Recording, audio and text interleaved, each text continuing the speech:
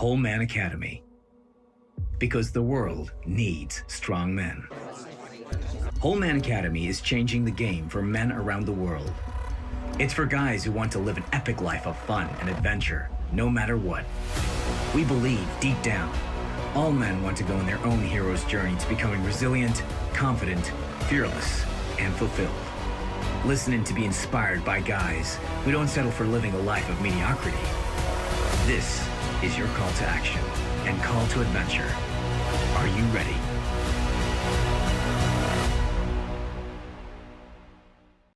Okay, so this is the Whole Man Academy podcast, season 2. My guest today is Paul Bradley, who we're going to get into a lot of what he's all about, but he's got an epic body. He's a coach. What does that mean? Well, he helps men transform their body, bulletproof their confidence, and reignite their purpose. Tick, tick, tick for what we want to talk about. What I like about him is he's got a no-nonsense approach, which we're all about. Plus, he's soon to be a dad, which we'll get into. We're going to talk about losing your edge, legacy, muscles, food, accountability, fatherhood, and football. Paul, welcome. How are you and where are you, mate? Thank you very much for having me. I'm actually based in Dubai. Been in Dubai for the last 8.5 years. I'm doing fantastically well. Just spent the last few weeks back in the UK, had a wedding, had stag do's, and I was on a business mastermind for a week. So plenty going on, and back in town now. And yeah, very excited to be here. So what was it like when you moved to Dubai? Because that's a fair old change from the UK. Or actually, whereabouts in the UK were you from originally? From sunny Watford.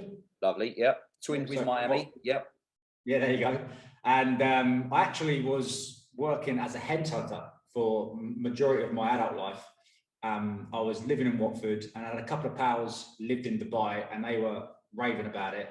And I was just in one of them situations where I wasn't too happy where I was at. I was in a job where I felt like I was just going through the motions, didn't feel very valued, wasn't very happy. And like, mate, what are you doing in the UK? Come over here, it's fantastic. So I was like, okay, I went for a job interview at their place, got offered the opportunity. I'd never been to Dubai before. Right. And I just rolled the dice and I thought, you know what, I haven't got many commitments.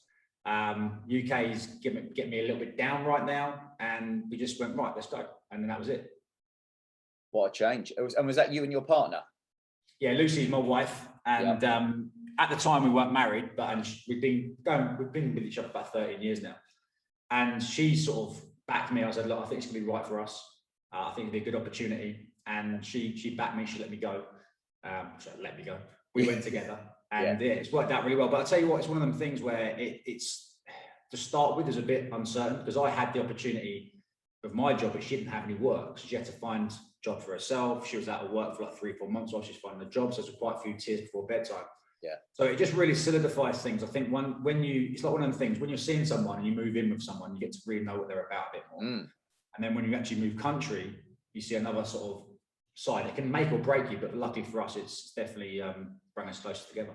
Yeah, that's a really important point. I've always said about, if you're dating someone, you're always seeing the best version of them when you're, the initial dating, as it were, because you don't know the real them until you're with them, morning, noon, night, through everything. So it sure is an interesting one when you move in with someone and you're like, all right, that's what you look like in the morning. Yeah. You got to get used to that. A few farts underneath the pillows. And I'll tell you one thing is that a lot of people who meet people in Dubai as well, I'll probably say the success rate is maybe about 40%. A lot of people meet over here and they don't really know they're from when they were back in England. I think the UK is, how do I say it? It's more real. It's raw. You have a certain level of, I don't know about you, but street smarts you have to get used to. I mean, over here in Dubai, it's a phenomenal place to be, but like the kids are very pampered. There's no crime here because everybody's working. So there's no crime. Everyone's here, and if you're raised here, you're kind of given a bit of a blanket around you. Where in the UK, you have to get a few knocks and bruises along the way, and you kind of you develop, I think, probably more real relationships, if I'd say that. And when people meet people over here, it's like, are you caught in a bit of a bubble? It's not as authentic, I don't feel. So yeah, it's an interesting one. I was going to ask you also, to state the obvious, Dubai is slightly sunnier than the UK. And, I've got friends that live in, one of them lives in Colorado for half a year and in Miami for the other half. And she always says that, being sunny every day does help you with your mood. And I just wondered, did you find that? Because basically every day you wake up and it can be a shorts and t-shirts day if you want to. Yeah, but I've got to be careful because I've got ginger skin. So I've got to make sure No, but yeah, it makes a massive difference. I think studies have shown that, right? I think that the biggest highest suicide rate is in Sweden, if I'm not mistaken, and they don't have as much sunlight. So sunlight makes a massive difference. It's a massive part of my morning routine as well. I always make sure that apart from hydrating, the meditation and journaling work that I do, that I get some sunlight. Getting some sunlight in your face, it's already proven that it does a lot for your own mental health, but also for your own energy and just setting you up to win for the day, for sure. Yeah, that's a big one on energy. And that's why, I mean, we recently launched our first online course, and it was basically all about energy. And what we're trying to say is that it's about, eating better, moving better, thinking better. And it's all those different things that create that kind of that wave of energy to help you hopefully do the cool things in life and make the better decisions. And I was going to ask you about, I mean, we're going to get onto that. I'll urge people to go and have a look at some of your like Instagram pics of your incredible physique. And I was going to say for you, how did you get to that stage? Because I saw that you shared a picture of you as, I think you called it being skinny fat many years ago. Yeah. And then to the transformation to where you got to where it's just kind of completely ripped. And I just wondered what made you go from skinny fat to where you then got to? I think to start with, if I'm honest, I think I wanted to be more attractive to the opposite sex. I think we all go through a phase of like, you know what, I want girls to like me. Yeah, do the curls for the girls. There you go. And I was always a skinny guy in my teens, and going on holiday, I had a few mates who were in shape, and I didn't like the fact that maybe they were getting more attention than me. And I was like, you know what, I think like a lot of people get into training because they're looking for some form of significance, and there's nothing wrong with that. I think we all want to have a natural urge for significance. We all want to be wanted, and we want to feel like we matter and we care.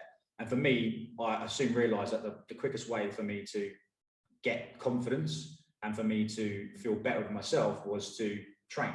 I like the feeling of training. My dad used to play for Wasps rugby. My granddad was a boxer. So I got the genetics from a cardio point of view, a fitness point of view. It's always kind of in my DNA. I always struggled to build muscle. I was always that natural skinny guy.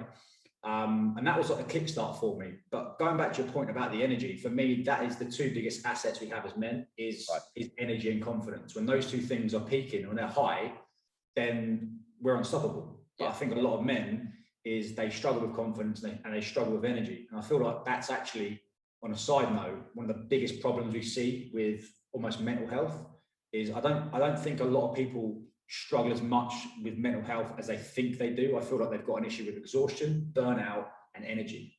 Yeah. And that's the key thing. So stress about. To start with, my focus was to get in great shape because that's what I wanted from a confidence point of view, and really an insecurity point of view because I wanted people to like me and I wanted girls to like me. I think a lot of people go through that phase.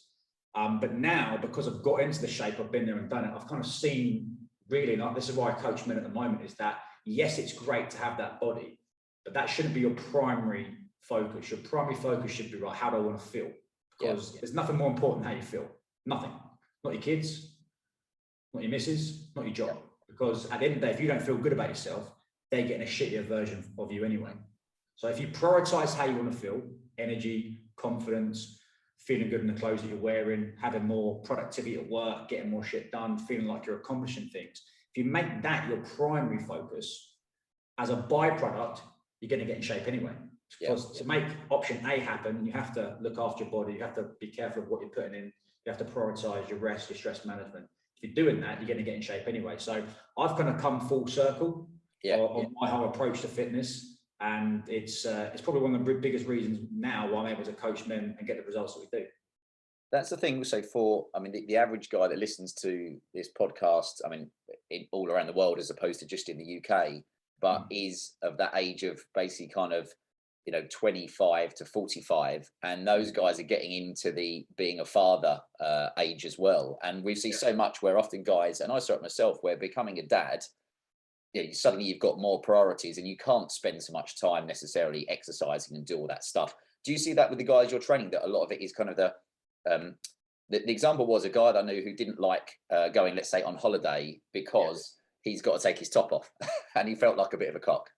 Yeah, oh mate, 100%. Like the amount of men who won't do things with their kids, like taking their kids swimming because they're too embarrassed to top off, it's outstanding. And that's a problem, right? Because for me, as a dad, your number one priority is to be the best role model you can be for your kids.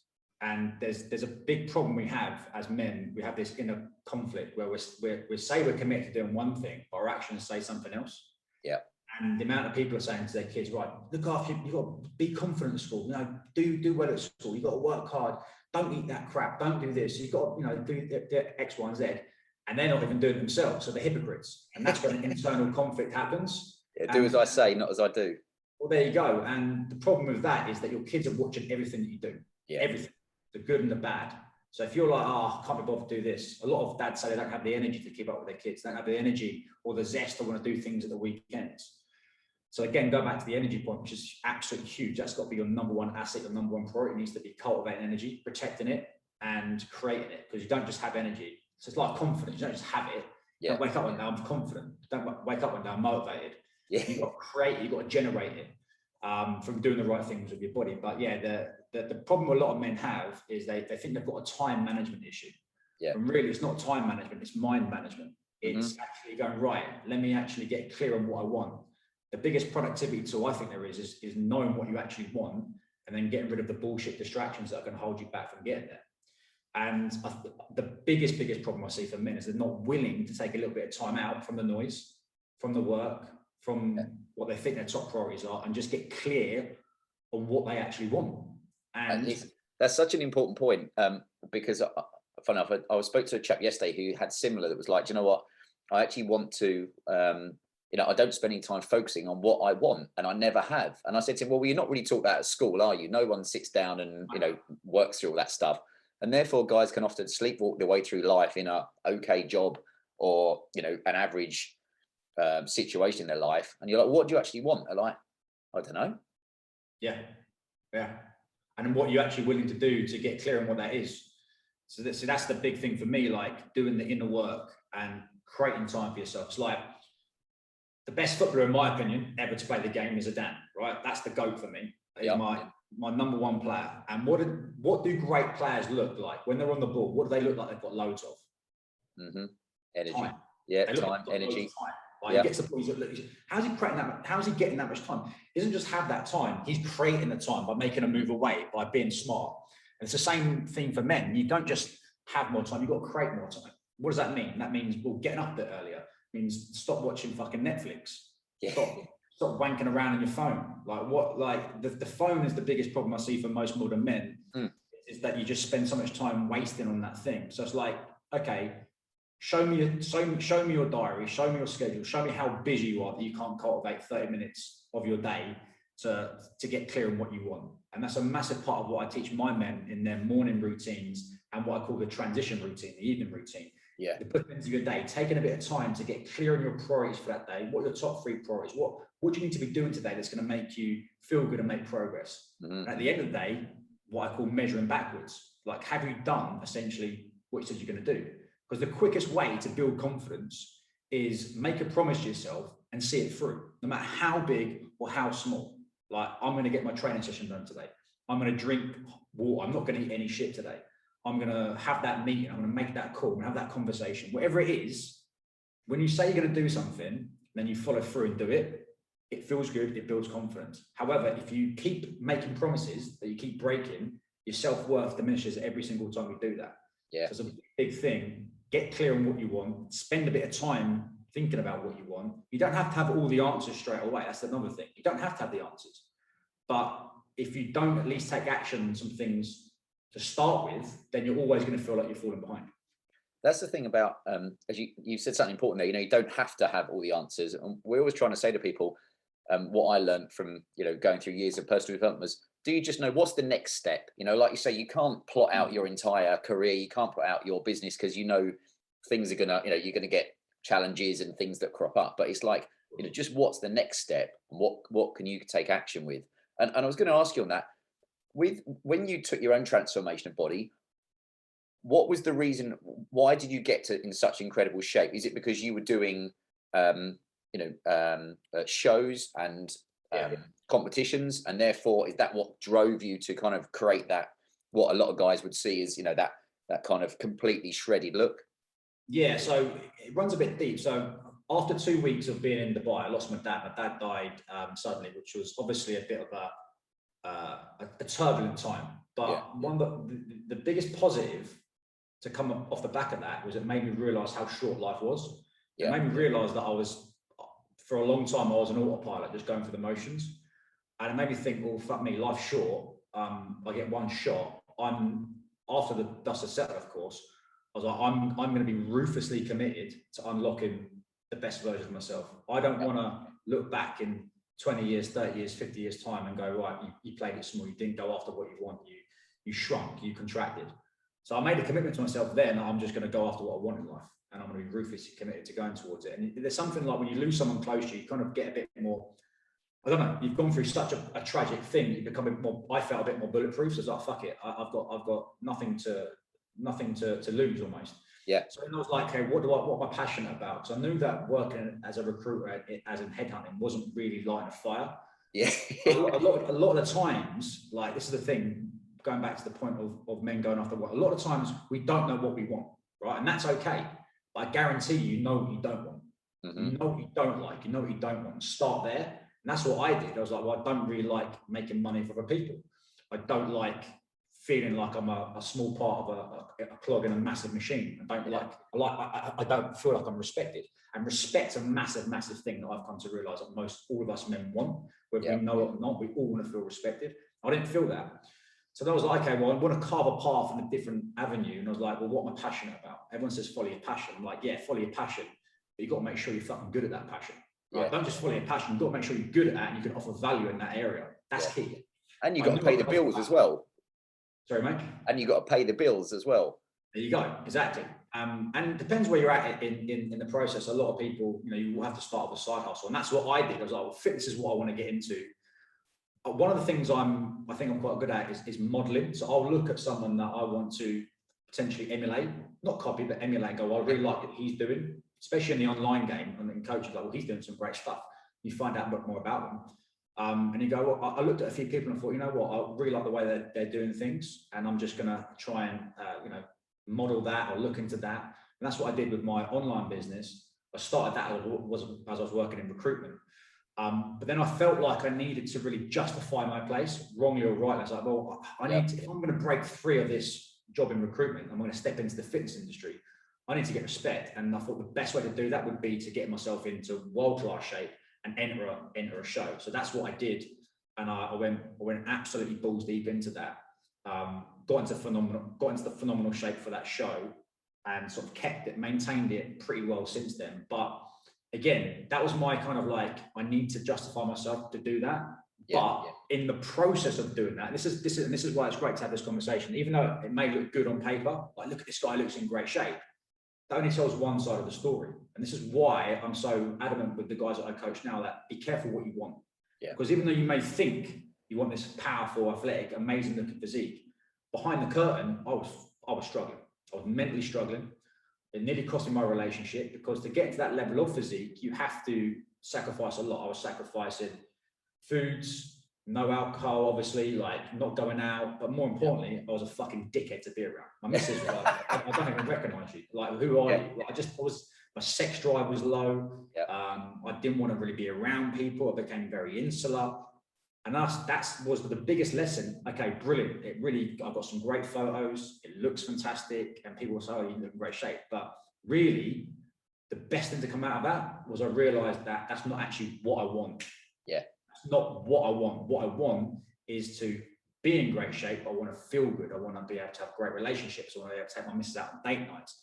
I want to be able to go out and piss with my mates every now and then. I want to be able to go on holiday and not worry about coming back and being out of shape. So that really formed my start of my journey into online coaching. But really, it's the lessons I learned from my mistakes, which has actually made me world-class at what I do now. It's one of those things where I know I spoke to different guys on the podcast who have, in their own kind of field, have got into, say there's a difference between like great shape, and I think you want to be in great shape as a man, to have physical strength, be able to run, lift, pull, carry, drag, etc.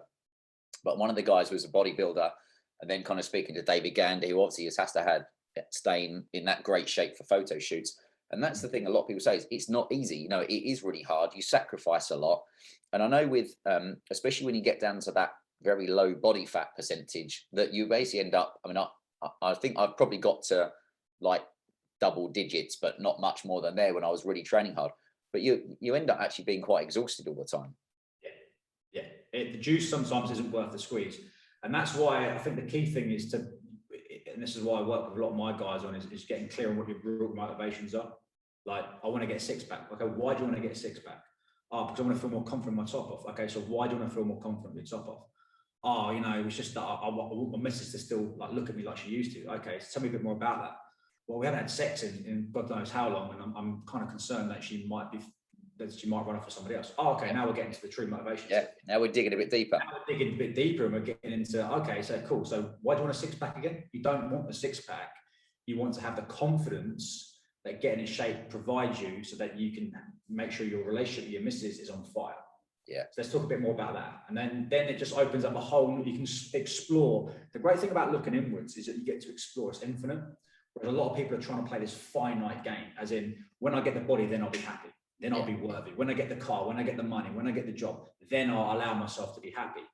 I'm like, no, that's not the focus, because what you need to focus on is the infinite game and actually making fitness a lifestyle. So to make fitness a lifestyle, you can't be this all or nothing mindset. You've got to be right. How can I make sure that what I'm doing right now, I can do in 12 months time? Is what I'm doing right now setting me up to win long term? Can I see myself doing this 12 months from now? It's a question I always ask my guys, because if the answer to that is no, I can't see myself doing this 12 months from now, either the training is not sustainable. So either your eating habits aren't sustainable, as in you're restricting yourself too much, or your training is too intense. You're going too mad because you haven't got the patience and you want to get the results yesterday. So my job as a coach is to educate guys on really what do you actually want and why, get clear on that motive, and then build a plan so that sets them up to win long term, that's sustainable, and then essentially can end the sabotage of stopping and starting. Because it's the biggest thing I see with most men is they keep stopping, starting. They cannot find the right system that's sustainable and allows them to make fitness a lifestyle. And that should be your number one aim, trying to make fitness a lifestyle. Doesn't that come also from, it's a bit like with, when you speak to someone who will say, oh, I'm on the, fill in the blanks, I'm on the whatever diet, and you go, all right, great stuff, tell me about it. And they do. And you're like, is that something you're going to carry on for the rest of your life? And so, no, I'm going to do it for 6 weeks. And you go, so what happens when you finished? Well, I'll go back to what I was doing. And so, well, you'll get what you had then. So it is that kind of caught in that on a hamster wheel to nowhere. And I was going to ask you, with that, and I know you spoke about, like, with your dad passing away as well, did that make you consider your legacy as well, which we said at the start we were going to kind of touch on? Because again, I don't think that's a word that I'd even considered until I went to a big personal development conference in Miami, and it was a Tony Robbins one, and they spoke to some of the guys there spoke about legacy, and I was like, I hadn't given it much thought because I was in my early 30s, and now as I've got to my 40s and I've got 2 kids and etc., you start to think, well, what do I want to be as my legacy when I'm, whenever we depart this world? So what about yourself? What's your thoughts on that? Yeah, I think the key to it again is to not, legacy for me is about, and that's why we've called it the legacy program. Essentially, it's about being the best, or I'm trying to unlock the best version of yourself, so you can be the best role model you can be, and the best inspiration you can be to the people that step up, kids, family, customers, whatever it might mean to you. Generally, it's going to be something related to family, right? The problem with that is people can get so attached to, like I mentioned earlier, I'm going to work all my life, I'm going to really try and create this legacy, and you lose sight of what's important to you. Okay, I went through a phase of doing that, where I was like, I'm trying to build this business, I want to create this great lifestyle, so Lucy can have more options, so my kids can have more options, so I can have all this thing. So I'm doing this work now, so that one day it will be amazing. Yeah. And then I was losing sight of what's in front of me right here, right now. So it goes back to like when I was training for the show, I was like losing sight of everything around me in the pursuit of this one thing, then only to achieve the thing and go, oh, fuck it, is that it? So I think the key thing with legacy is not to get too attached of like, well, people remember my name when I die, because that's what I think legacy is. Like, well, you can't forget to stop living now. So the key thing for me is to be ruthlessly committed to going after what you want, but at the same time, being fully aware and appreciating what you have. If you can get that balance right, you're probably going to live quite a good life, because I think a lot of people have got it the wrong way around. Either they're too scared of committing to being the man they want to be, so they stay stuck and they stay in their comfort zone and don't go after they want, and they basically live a life of quiet desperation and die with their song inside them, which is my biggest fucking fear. I'm scared to death of that. Or they go so ruthlessly after what they want, they actually lose sight of what they've got. And again, there's like this, for me, there's this pyramid of priorities, where a lot of guys have got like work at the top, family, and then them at the bottom. Yeah. Right. And that's what they all get the scraps because they're not prioritizing themselves. Whereas for me, you should be at the top. You should be the number one priority, then your family, and then your work. Because if you feel good about yourself, everyone around you benefits. And that's my core message. But yeah, it's about, that's what legacy stands for. It's about you being the best you can be, so the people around you can benefit. That's one of the things that what I saw from either going on personal development conferences or now through the Whole Man Academy is, as you say, with legacy and like all of it, it's about guys taking some time to focus on themselves. But what I saw as a common thing there was when we looked at kind of the frustrations for men was that a lot of them suffered with a lack of accountability. So they wanted to get in great shape, start a business, you know, do whatever it was they wanted to achieve. But when they kind of felt like you might create a plan for them, but then they were just left on their own, sitting in front of a computer, and they didn't have someone to be like, okay, I want you to check in with me. I want you to tell you what to do. Is that one of the big things for you with accountability? Accountability is everything. You know, that is the key to getting results. And there's lots of different ways you can create accountability. What we do in our program, and this is what I've come to realize, is that the power of peer group is massive. Okay, peer group will always trump willpower. Yeah. Right. So if me and you, if I'm not drinking, I want to stay off alcohol. Then we go out to a pub, for example. You know, I've got willpower. I don't have to drink. And we meet up. There's me and you and a couple of our mates, and you three start drinking and having a great time. My willpower will get beaten by the environment I put myself in. Yeah. So Come on, mate, just have a beer. It's okay, just one. Exactly. Because of the environment I'm in. So your environment, your peer group, will always trump your own willpower. So that works the other way. So if four of us are working out, and say for yourself you didn't really fancy it, you saw us three were smashing it, but fucking I can't not do it. I've got to do the work. Yeah. And that's a big part of our program is group programming. A lot of the times for the programs we have. So we've got our 5-day challenge, a 28-day, and then we've got our elite program. And it's that peer group environment, that environment that you put yourself into, which will make you raise your standards and make you raise your game. So the accountability comes from the other people that you surround yourself with. It comes in with regards to how we check in with the guys. We have daily accountability, so people have got to show up every single day. Doesn't take long, 2 minutes, 3 minutes. Yeah. I think the key thing is to understand that if you are in the right environment, if you are surrounded by the right people, and if you are struggling, it's a big thing I try to say to guys, if you do feel like you're falling behind, reach out. Yeah. Absolutely huge. And I put a big emphasis. I'm very open and vulnerable, and I talk about a lot of my weaknesses and where I've gone wrong, and you know, some of the struggles I've faced. And you know, even now, the other day I put a post on saying I haven't been as committed over the last couple of weeks because of X, Y, and Z. And I think it allows people to kind of open up. So I create this space of vulnerability, which I think is again, when we talk about mental health, like being vulnerable and being okay with opening up and creating dialogue is fucking huge. And I try and create that environment so when people are struggling, they feel like they can reach out. Yeah, that's one of our, you know, messages has been, we're not saying that guys need to you know, every day pour out all their woes to people, because often some people don't want to hear it anyway. And one of my sayings was that I heard once was 80% of people don't care about your problems and 20% are glad you've got them, which is always interesting. But it is that if you're, and it hasn't got to be struggling mentally like you're going to kill yourself, but if you're struggling and you're like, do you know what, it is okay to reach out to a friend or your dad or a colleague or someone and say, this is what I'm going through. Any chance you can give me some advice, help me, what have you? And often people realize that it's like a release of pressure on their shoulders because they just hold it all in. So I guess for you, it is that, you know, you're there to be that kind of person that someone can come to say with your training, you know, I'm not quite getting it, or other things are getting in the way. What do you see that you often are the most common things that guys, when they're trying to get in better shape, are struggling with? Is it the, once you've gone past accountability, is it food as one of the things that guys struggle with? Yeah, I think the key thing to realize on our program is that we put a lot of work into, it's not just fitness. So it's like a more holistic approach to lifestyle. Yeah. So I put a lot of work into habits and developing the right habits, and making people realize why they do what they do, because everything we do, good or bad. And again, there's no such thing as good or bad. It's just our perception of it. Yeah. We do it because we get something from it. So I think, to answer your question, I think it's just the consistency, staying consistent, like not allowing their bad habits to sabotage them, because we've all got them, whether it's drink, eating too much food, porn. I call it sedation. There's things that we go to which are our default mechanism. Yeah. And that's why it's so important that, you know, naturally our brain is wired to find go to the worst case scenario because of the years we spent, you know, in survival mode. That's what our brain is. It's a survival tool. So it's very easy to go towards the negative. It's actually quite hard to stay positive or to see the positives and get that perspective piece. So what I help guys do really with the mindset stuff is to make them realize that all we were trying to do is develop the right habits, which sets you up for long-term success.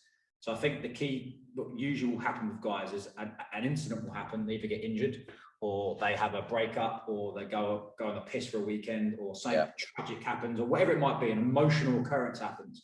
So an event happens and you're given the option to how you deal with it. It's how you deal with it, which is really, really important. I think a lot of guys, we're all gonna spend time, no matter who you are, in drift mode, or potentially what I call the shit zone, is when you just feel a little bit disconnected. Maybe you've lost a bit of your edge, lost a bit of motivation, you're not feeling too good about yourself. We're all gonna face that at some point. The key difference for me is how long we choose to stay there, because it's a choice how long we're gonna stay there. Some men are addicted to being a victim or going through this blame game culture because they get something from it. They get attention, right? Yeah.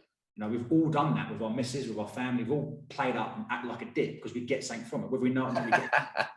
We get attention. That's sometimes us men, we're like teenagers. We want attention. We want our wives to mother us. We want to feel like we're getting that attention from it. So we might act up like kids do. So for me, I just try and make sure that my guys, we're developing the right habits and routines, and they know when they feel like, if they feel like they're starting to slip, they can start putting the right things in place, the right mechanisms to avoid them spending too much time in the shit zone, so they can recover and get back into the game. Yeah, that's so the message there is find out, you know, what is your shit zone and get out of it as soon as you can. I like that. They creep in, like what the common signs that are starting to happen. Usually you stop doing the basics really well. That's what I stopped doing. I might stop doing my journal. I might stop doing my meditation. I might only train a couple of times that week. I might find myself spending too much time on my phone. And the great thing about the phone is it tells you how much time you spend on there. Yeah, so which is I don't know how much time you spend on there. Things like that start creeping in. I'll start getting up a bit late or going to bed a bit late. So these little things that are starting to creep in. If you address it early on, that allows you to then get a hand on it. That's an interesting one. Also, you've mentioned kind of your own routine, and we're always big on. I mean, I think it's important to have a good morning routine, but a flexible one, because if you're too hard on yourself and say, oh, I must do this, and then, you know, as you're going to see at some point, but for us, the kids have woken up in the middle of the night 5 times, or the alarm's gone off in the middle of the night or something, where you wake up and you're like, fucking hell, like, I don't know what day it is. But how has it been for you with kind of implementing your morning routine? Has that developed as you've kind of grown yourself as a, you know, your own kind of personal development? Absolutely. It's always evolving. So I've got a few non-negotiables, but you're absolutely right, by the way. I think I've been a victim of that by saying, this is what I've got to do. And if I don't do this by this time, you know, I feel like a bit of a failure. And that's a big thing. A lot of times when we're under stress, one thing I've learned recently is that make sure that the deadlines that you're creating are actual deadlines and not fake deadlines. I should be here by now. Like, no, I'm 40. I should have this amount of money by now. I should be living in this house by now. Fuck, I'm falling behind. Or like morning routine. Shit, I haven't done this by 8 a.m. That's what I do. Like, it's 8 a.m. I haven't done my morning routine. Shit, so you create all this extra anxiety. And the thing about anxiety, and this may trigger some people, is that you create it all by yourself. You create it by living in the future and thinking, well, what if it doesn't work out for me? What if it goes wrong? And your imagination takes over, and before you know it, you're homeless. Your wife's left you, and you got nothing going. It's like, fucking hell, how have I got there? Shit. How'd that happen? How'd that happen? But in the present moment, everything's fine. Everything's absolutely fine right now. So why am I creating this problem? Anyway, with the morning routine, mine's evolved a lot. Right now, it's a case of the great thing about online business, and I'm sure that's going to change massively when the boy comes. He's obviously coming in about 6 weeks. I've got the luxury now where I can choose what time I want to get up. So I always experiment. Sometimes I'm getting up super early. Right now, because of the jet lag I face from being back in the UK, I'm just allowing my body to wake up when it does, which is around about 6:30. But the non-negotiables for me is I'm always got to make sure I hydrate. That's key. So a half a litre of water. I want to make sure that I like to get caffeinated, so I want to make sure my brain's in the right place. I've got this stuff here actually. I don't know if I've got it around, but there's this thing called lion's mane, which is really good for cognitive function. Right. Okay. It's amazing, and it really helps me just get the brain firing. And then I move into journaling. So I'm massive on journaling, but before I do any of that, the key thing: do not touch this for the first hour. I was going to ask, because otherwise, this is the thing. If you're getting up, the first thing most people do is look on their phone, go on Facebook, and Barry from Bradford said something about Boris Johnson or something about coronavirus, and you're like, fucking, that's triggering me. And you're already on someone else's to-do list, right? You're already on someone else's problems, or you check your emails, whatever it is. You put yourself into a reactive state, which then can ruin your morning. So the first thing, without doubt, no phone. That's probably if anyone takes anything away from this, that I think will massively help with their own productivity and getting going in the morning. Don't look at your phone for at least 15, 20 minutes, half an hour. Game changer for me. And then just getting all the stuff that's in my head. A lot of people that suffer from anxieties or overwhelm, especially, it's because they're carrying so much stuff in their head. So I literally try and declutter all the stuff that's in my head and get it onto paper. And I don't just have my phone or electronically. It's actually a pen and paper. Write all the stuff. I have what I call a brain dump. And that literally declutters my mind. And in the mornings, when I come up with all my best ideas, I get some good ideas. If I've slept well, I'm feeling like energized. So I get all my ideas, my strategy stuff down. Then I move into journaling. And journaling is just really asking yourself powerful questions to steer your mind in the right direction so that you get clear on what you need to do that day to make progress. And that's the kind of morning routine.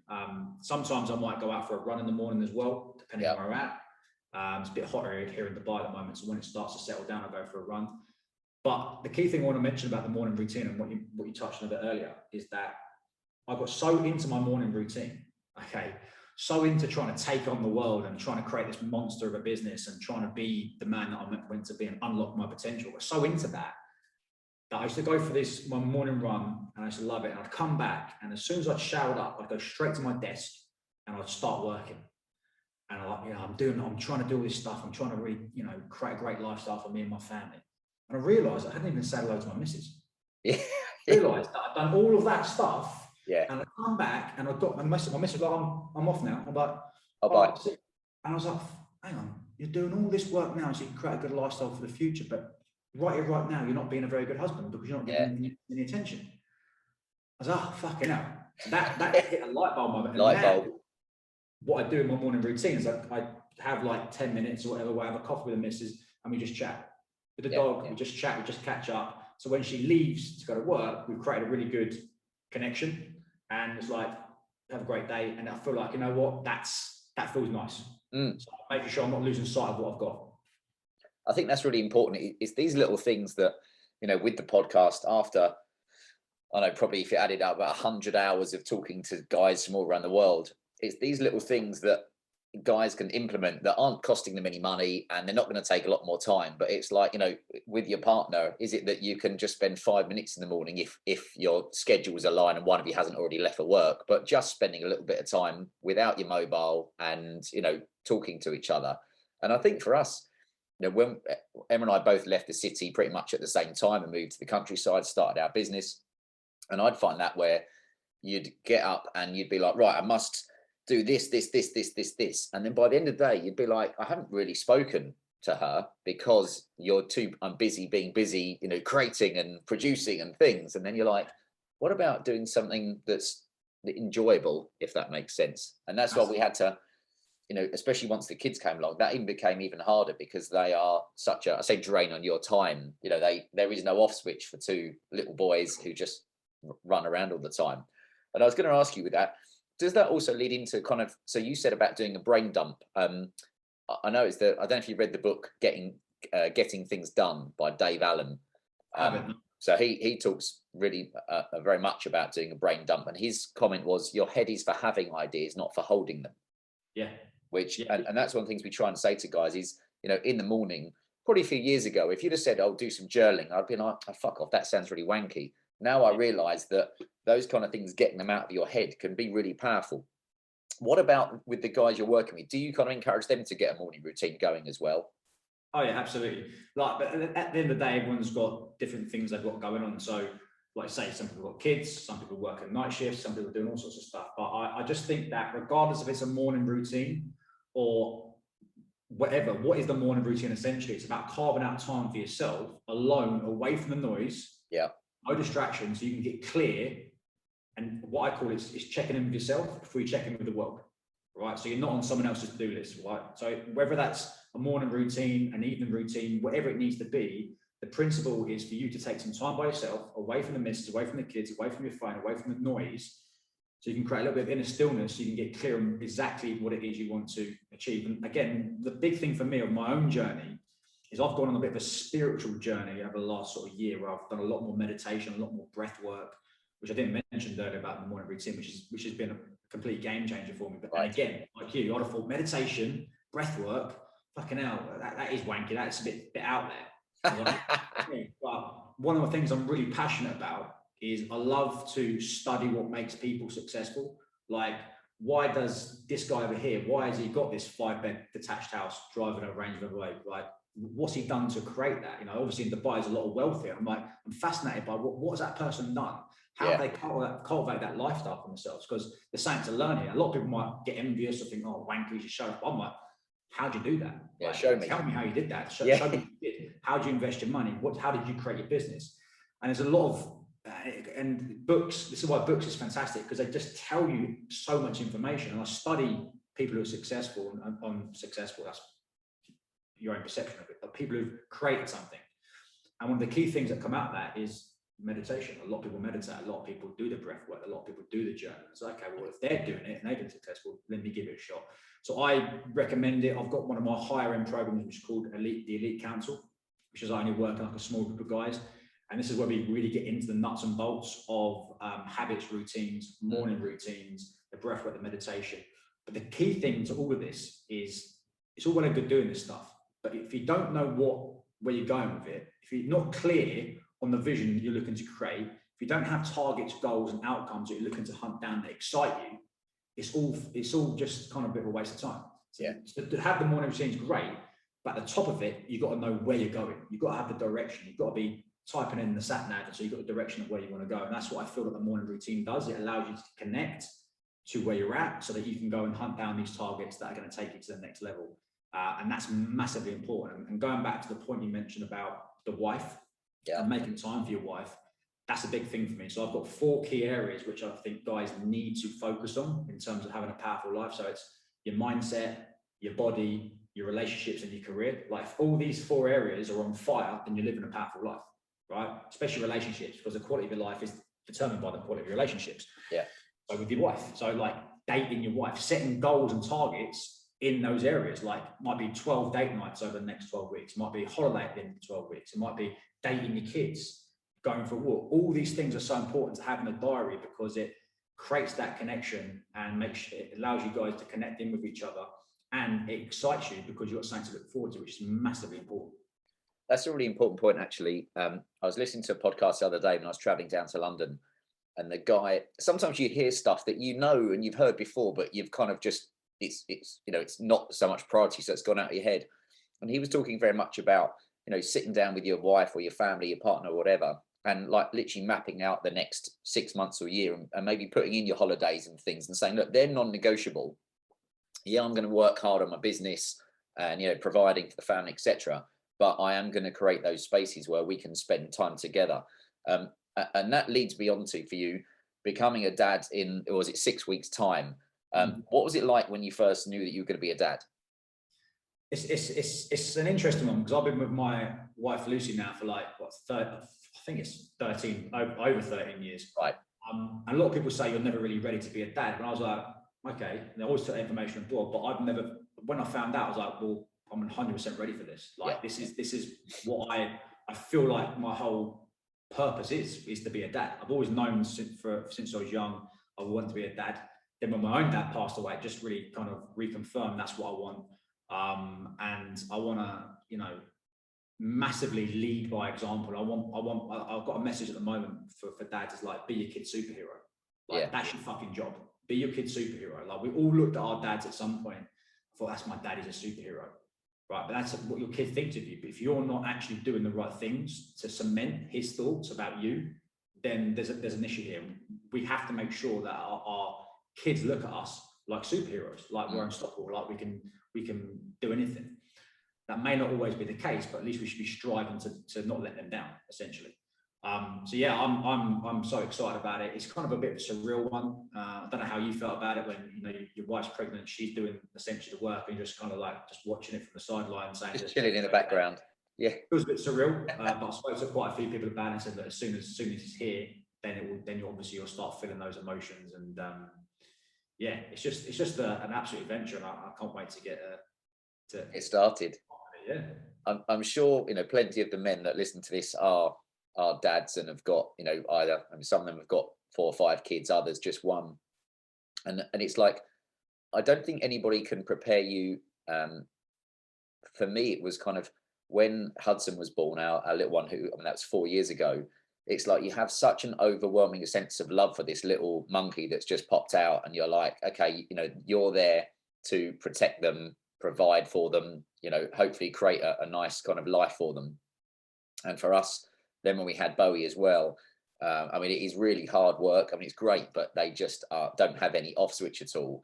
And I have to kind of, for me, sometimes temper you've got to remember that they're only little, and they don't understand that you, especially if you work from home, they're like, well, they didn't ask to come into your office. They're at home and it's their home. So when they're making noise, sometimes I've gone out and I'm like, please just stop driving around your scooter and smashing into things. But then you kind of, you know, 5 minutes later, you're like, no, they are only little, and they're just, you know, they're making the way in the world. We're not sending our kids to school, so we're home educating them. Oh, amazing. Which is growing massively in the UK, and I would guess around the world, considering the kind of restrictions that people are putting on little kids at school these days and what they're being taught.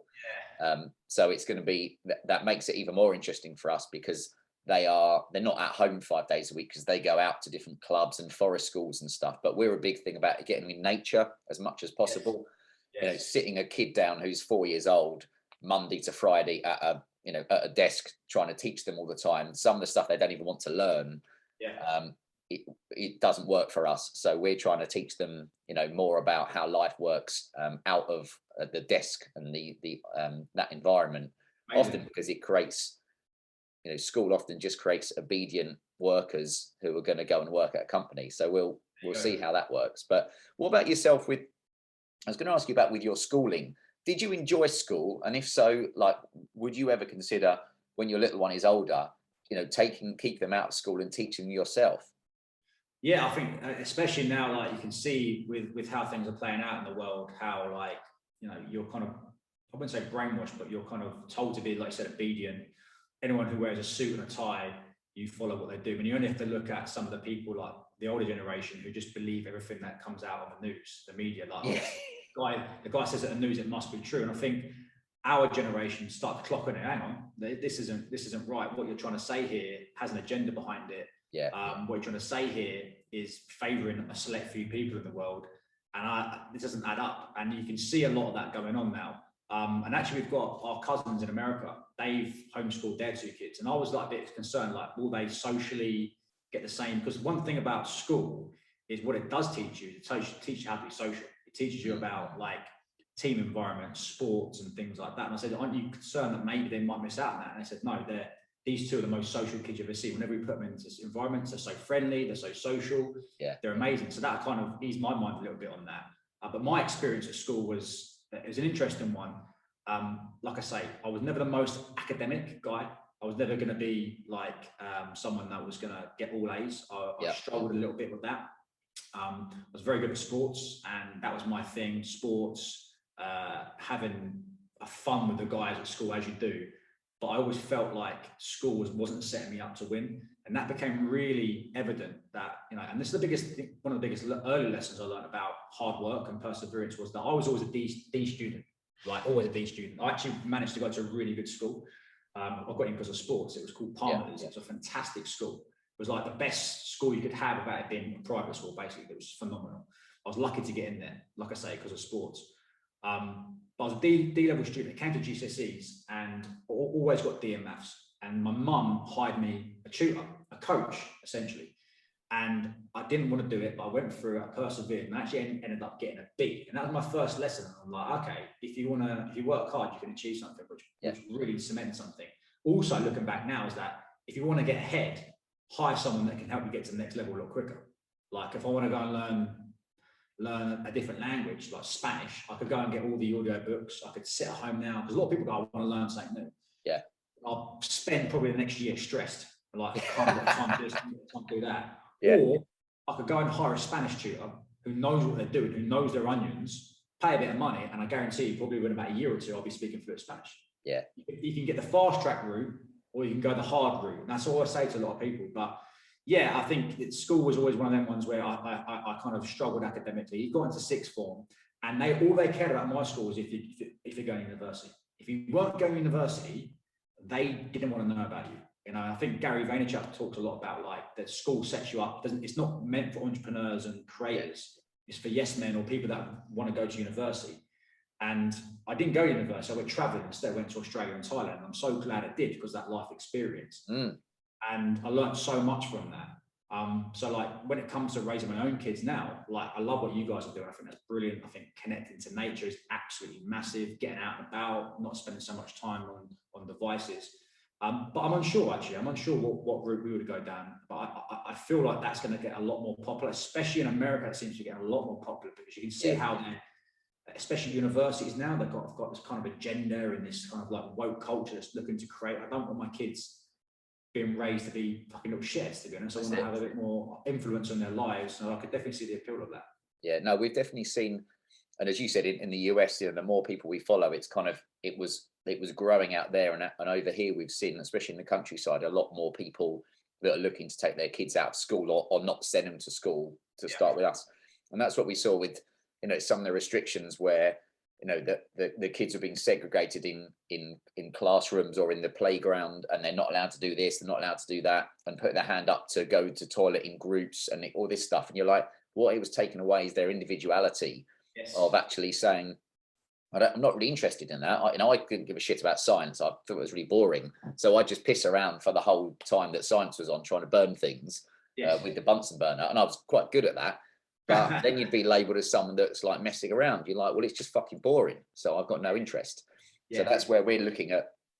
And it's the same as you get older.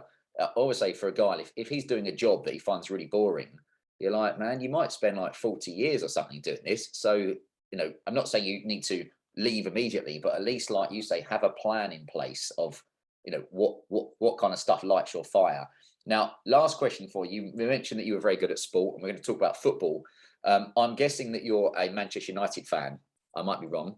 Yes, I am from Watford, and I'm a Manchester United fan. Of course, I'm from Kent, so I'm obviously a Liverpool fan. There you go. Makes sense. Your thoughts on the big man Cristiano Ronaldo coming back to the to Old Trafford to kind of light the touch paper, because he's been setting the kind of country alight with some of his performances recently. Yeah, he just is the man. I think, like, for him, he guarantees you goals. Like, he hasn't been playing. He's moved into this more central role now, so he's not going to be the Cristiano of old and taking on players. But he's in the box. He scores, I think, like 8% of his goals now in that box area. So yeah, he's going to get you goals. That's one thing he guarantees you, is goals. And a lot of people sort of potentially look to write him off, but he's already proven that. He got player of the month last month of September potentially.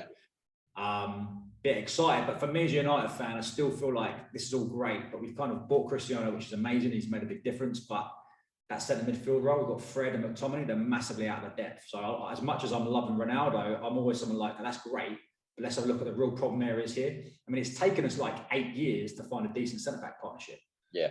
I do get concerned with some of the recruitment policies we have at United, although it has improved, but we need to get those two centre mid, or at least one world-class centre mid in there. I think we could go on the challenge. I think it's setting up for a great season. I interviewed Neil Mellor, the former Liverpool player, a couple of months ago, and it was really interesting talking to him about how Liverpool's season last year, like losing Van Dijk to injury fairly early on, was literally devastating, because he probably is the best defender in the world, if not one of the top few. And it just shows how the difference of one man coming in, like Ronaldo, can suddenly create a buzz. And you probably agree with this, especially being a Man United fan, but I saw someone had said, like with Mo Salah, where he's setting these records with scoring, that he's, the most exciting player, etc. And someone wrote on Twitter, and I can't remember who it was, but said, yeah, but other fans don't tune in to watch Mo Salah. Whereas for me, if I had the chance to go and watch Ronaldo, he is the greatest or one of the greatest players in the world. You've got people that aren't Man United fans that are tuning in. Part of that for me is about, I don't know how old he is, but he's kept himself in great shape, which is part of what we're talking about. I'm guessing he's consistent. He does everything. How do you see it with Ronaldo? Do you think it's part to do with his mindset and that, he's kept himself in incredible shape? Yeah, 100%. His mindset is what allows him to get in shape. It's the biggest thing. I think a lot of people like, oh, he's in great shape, but without having the mindset, without having the desire, the drive to want to be the best, and that's what separates him. Like if you speak to like Rio Ferdinand's come out with quite a lot of insights. Even Sir Alex Ferguson, he was that guy who was first in the training. It's the old cliche, but he was the first in the training ground and the last to leave. And he'd always been doing extra work. There's one time Alex Ferguson was telling a story where they're at the training ground and it was pissing down rain. It was getting waterlogged. And Cristiano was out there doing free kicks. He said, Cristiano, you've got to come back inside now. You're going to fuck up the pitch. You're going to get injured. Right, boss. All right, boss. All right, boss. He turns around and he gets word that Cristiano is on the AstroTurf. He's gone from there, he's gone on the AstroTurf, and there's nothing he could say to him. He's like, fucking hell. So he's worried about him overdoing it. So he's on the AstroTurf getting in free kicks. Rio Ferdinand said that when he used to go around to Cristiano's house, he'd have like an entourage there. It wasn't like an entourage hanging on. It was doctors, it was chefs, it was everything like that. So I think these days, especially being a professional footballer, and what I even say to men, your average day men, is that if you can outsource things like the nutrition, if you're struggling for time, don't be slaving away in front of a stove. You can outsource it to a meal prep company, do that. And that's what Cristiano was doing. They've got chefs and things like that. And just prioritizing your longevity. And a lot of the men and dads that I speak to, one of their biggest fear is growing old and not, and diminishing, and I think a lot of us get concerned about not being able to see our kids grow up, not being able to walk your daughter down the aisle. So growing old and making sure as you get older, you're still getting better and improving and getting stronger. And Cristiano just embodies that. He's like, well, I know that I'm going to have to do a bit more work on my prehab. I know I'm going to have to do a bit more work stretching. I know I'm going to have to spend a bit more time listening to my body. And he's just a great example of that. If you do look after your body, I think a lot of men hit 30 and just give up. And I'm fuck, that's me done. Yeah. Listen, you've got so much more life in you yet. And if you do the right things, look after your body, protect your energy, you can go on to be in great shape in your 50s and 60s. And here's the thing, when you do see someone like Ronaldo, although he's 36 but looks 30, right? When you do see someone that plays long-term as an athlete who goes on, the Federers and people like that, you're like, man, that's so powerful. And it's like the guys that are in their 40s and 50s who are in shape, for example, they stand out so much above the rest of the guys because most people in their 40s and 50s aren't in shape. So if you can be that guy in your 40s, 50s, and even 60s, and we've got guys in the program, it just looks even more amazing because there's not many people that are actually doing it. Well, that's one of the big things. I was going to say, for guys listening, it's never too late. I've seen great examples of guys that started doing, strength training, as you say, in their late 50s, 60s, 70s, who still, have got an incredible shape. So it's a reminder, wherever you are in life, there is always an opportunity to, drive forward, get a better body. And as you said, if you're getting into the training, I think the training helps your mental health as well. Maybe you eat better, you get healthier, you're a better man to be around. So it's something for all guys to consider. Well, last question for you is, I'm sure there could be guys listening here that are like, Paul sounds like he knows what he's talking about. I wouldn't mind working with him. How would they find out a bit more about what you do? Yeah, so they can go to my Instagram page, Paul Bradley Coaching, same on Facebook as well. Drop me an email, paul@paulbradleyfitness.com. So it's Paul Bradley Coaching for Facebook, Instagram, paulbradleyfitness.com for email. And at the moment, we've actually got an opportunity to come on board with our 5-day challenges or our 28-day challenges, which we run kind of every month and every 2 months. So yeah, on social is the best place to get to know me a bit more. And we're always looking to work with men who are committed to unlocking their best version of themselves. Yeah, that's the thing. It's committed, isn't it? I would say if you're doing coaching people, you want someone that wants to take action and isn't like, it might be nice to do it, but I'm not sure. Could you listen, you're going to waste my time. So I want someone that is, as you say, committed. Yeah, I think the key thing to realize is that, sometimes you're just not ready, and that's okay. You have to be ready. You will go through phases where you you feel like you're not ready, and that's okay. Like, don't beat yourself up about it. But I feel like when you are ready, you'll know, and you're like, you know what, I need to do this. And sometimes you have to go through some setbacks and disappointments. Sometimes you have to go through some trauma to wake you the fuck up. And that's what happened to me. I had to wake myself up to realize, shit, you only get one shot. You only get one opportunity at this life. So why would you waste it and potentially die with your song inside of you? Don't be that guy. Be the guy that gets what he wants from life. Be the guy that understands that if he does apply himself, if he does do the work, then anything's possible. And it sounds a bit cheesy and a bit cliche, but it's true. But you have to start somewhere. And like I said earlier, never too late. Everyone's got the possibility and the potential to go to that next level. And it starts by taking that next step. Yeah, no, perfect.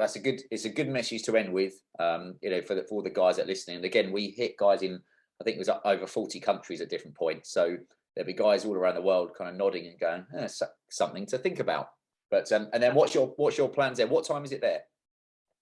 So we're 3 hours ahead now. So it's 12 o'clock.